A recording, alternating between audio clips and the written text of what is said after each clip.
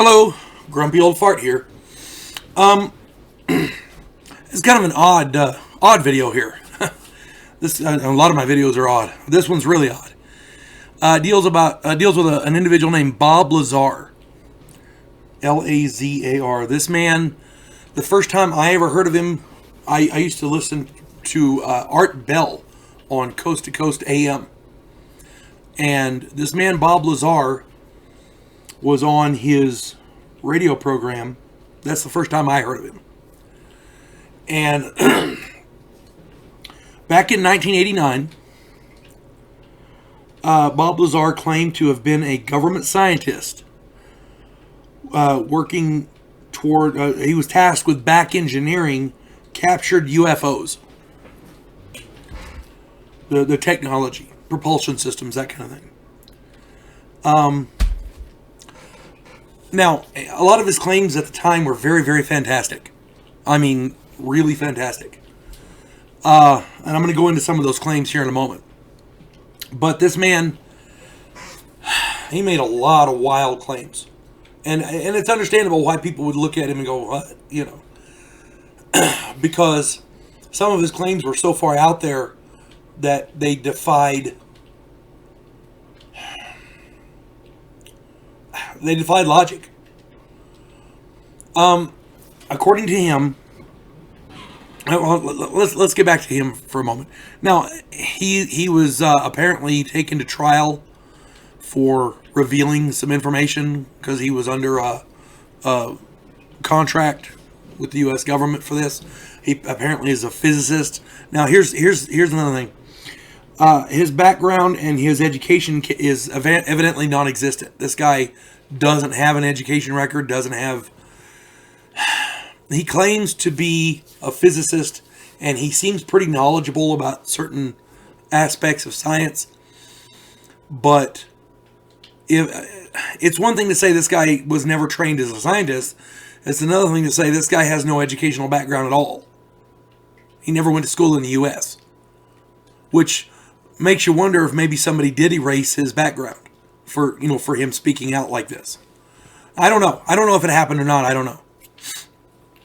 But let's get into some of his claims. And by the way, he does say he was threatened over this. So now let's get into some of his claims. He claims he was a physicist who worked with nuclear weapons at Los Alamos. They said he was tasked in an area called S4, which is the southern part of what is now called Area 51. He said he was back engineering alien propulsion systems. Now, he claims to never have seen live or dead an alien body. So he can't say nothing about that. But he claims that there were a number of alien spacecraft that our government had. He says that there was an alien reactor the size of a basketball, and this thing generated a gravity field. Now, we don't have anything in human technology at this point that can generate a gravity field. So when he saw that, he knew something was up. That's when he knew, because they were being hush-hush.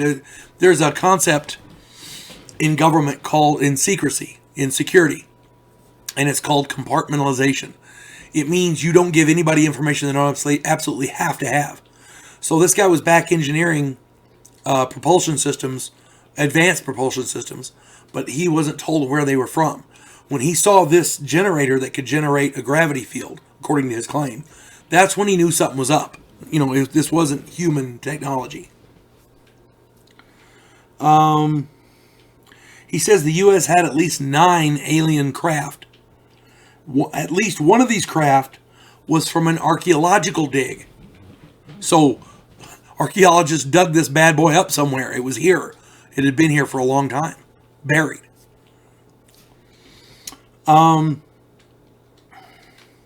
He says that the power levels of some of the equipment on these ships, on the ship that he worked on, was astronomical. Just so far off the charts, it was mind-boggling. The one craft that he worked on was, according to paperwork that he eventually did see, was from the Zeta Reticuli star system, the third planet, ZR3 they called it. That's what the paperwork said. How they know that, we don't know. But when he saw this craft fly, he said that it disobeyed the laws of thermodynamics, the equipment on it did, and it disobeyed the laws of physics. The laws of momentum and things like that. He said that the gravity drive on this ship, on this craft, bent light and distorted energy. So when this thing flew from underneath, you couldn't see it because it distorted the light around it so that it was technically invisible. Kind of like a cloaking device off of Star Trek. So the wildest claim that this guy said, and the one that gives him the most credence, oddly enough, was he said that there was an element called element 115 that was the fuel source for this craft. It's a heavy element, and it was not on the periodic chart. Well, lo and behold, years later, now there's an element called Muscovium, that's element 115, it's now on the periodic chart. And it does everything that Bob Lazar said it did. He made this claim back in the early 90s, I think it was. And this Muscovium wasn't around till after 2000. So, this guy's wild claim actually came true. Now, I'm not saying this guy's honest. I'm not saying he's real. Hell, he may be as loony as a bat, for all we know. But because the Navy announced that these UFOs are real, we now have to look at this guy with some credence, because what if he's right? I mean, maybe he might not be, I don't know. But what if he is? If he is, that's a lot of information to digest. You know what I'm saying? And Bob Lazar is still out there. They made a movie about it, about his disclosure of that information, and he's still making the touring circuits. He says that after he outed all this information, government and military started targeting him and people around him. People lost security clearances and things like that, which you expect.